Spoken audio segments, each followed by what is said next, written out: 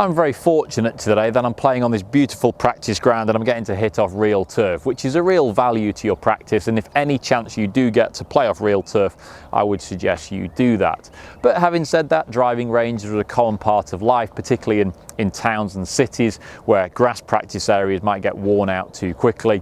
And if you're playing through the winter, you want something with a roof over your head, a floodlights on, and a driving range mat is an essential part of getting better as a golfer, as long as we understand the limitations of a driving range mat and how some golfers can maybe rely on the mat to help them out a little bit.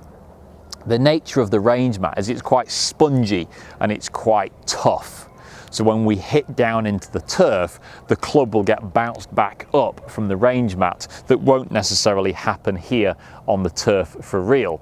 So if I was to hit this shot heavy and deliberately hit the ground behind the ball, I can see that the club digs into the turf, the ball goes nearly as far as the divot, and it's a horrible golf shot.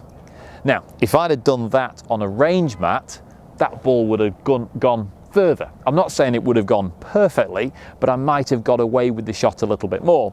The club would have come down into the mat could have bounced the club into the back of the ball, and the ball would have flown a reasonable distance.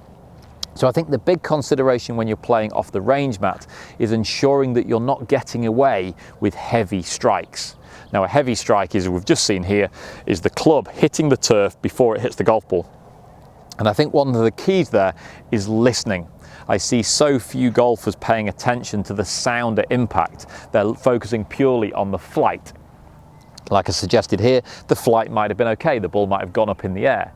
But if I'd heard a duff before a click, the duff being the mat, the click being the ball, if we'd have heard duff click, that ball wouldn't have gone very well on the golf course.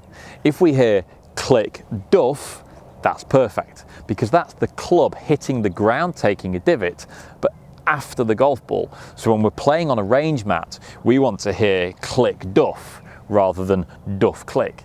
Listening to that strike, being aware of where that club is coming down into the golf ball, is fundamentally important to make sure you're getting the most efficient practice time from a range mat. One other consideration with the range mat is just make sure you know where it aims. Generally speaking, range mats will have the back lines, but also lines here, possibly even a cross in front of you on the ground. Now, if I jump on that range mat, look up and see a flag, and then start hitting towards that flag, there's no saying that my range mat is angled towards the flag I think it is. And if the range mat is pointing one way and I'm aiming another way, that can cause real confusion visually, mentally, and also in terms of the result, that I might be making some pretty bad swings to get the ball onto the target. So let's make sure we start each practice session just by standing at the back, looking down my target line, working out where my range mat is aiming, and then going ahead and aiming square to that and hitting balls in that direction. If you're not happy with where it's aiming, you may even be able to move the mat around slightly to get it to aim in the right position. So line the mat up, make sure you're listening for the click and the duff, and you're not getting away with hitting heavy golf shots, and the range mat should really help you improve your practice.